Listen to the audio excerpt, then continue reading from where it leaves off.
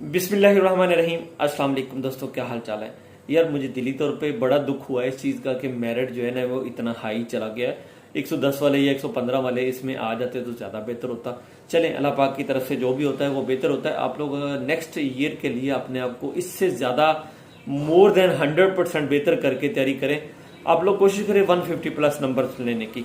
अभी चूंकि आप लोगों का मेरिट लिस्ट लग चुका है तो जाहिर बात है बहुत सारे दोस्तों के अंदर ना वो एक हलचल सी मची होगी कि भाई हमारी स्किल टेस्ट की डेट क्यों नहीं आई। तो स्किल टेस्ट की डेट जो है ना वो आप लोगों की इंशाल्लाह ताला होपफुली नवंबर की 6 तारीख को लगेगी और नवंबर की 20-21 तारीख से आप लोगों का ऑलरेडी स्किल टेस्ट जो है ना वो प्रॉपर तरीके से स्टार्ट हो जाएगा। 27 तारीख को आप लोगों का लास्ट डे होगा स्किल टेस्ट के हवाले से।